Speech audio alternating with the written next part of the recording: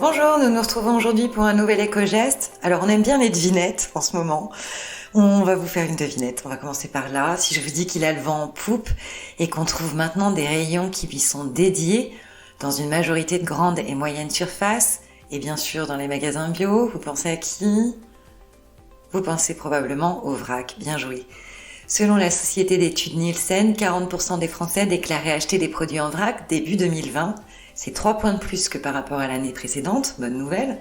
61% des foyers français qui souhaitaient que cette mise en place de rayons dédiés se démocratise plus largement, avec notamment un achalandage plus important aux rayons épicerie. Ça, c'était les chiffres avant le confinement de mars 2020, qui a bien sûr un peu chamboulé nos habitudes. Néanmoins, la dynamique persiste.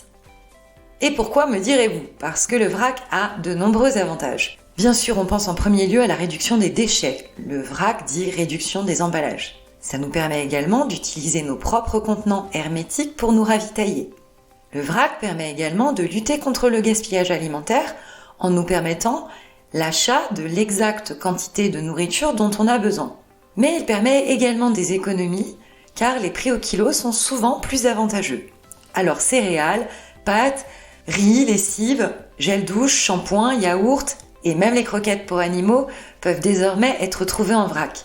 Les industriels comme les distributeurs ont bien compris notre appétence de consommateurs pour ce mode de consommation. Néanmoins, on avait envie de partager avec vous le fait qu'il nous faut rester vigilants sur les étiquetages, en particulier concernant les produits alimentaires.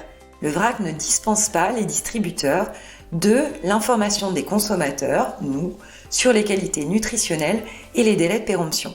Les enjeux concernant l'hygiène des mobiliers, de présentation ou encore la gestion de la chaîne du froid sont de nouveaux enjeux à maîtriser par les entreprises de l'agroalimentaire et les distributeurs pour nous garantir une hygiène et une sécurité des produits optimales.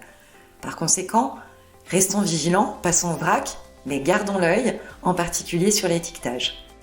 Alors, convaincus ? On vous souhaite une bonne journée et on vous retrouve demain pour un nouvel éco-geste.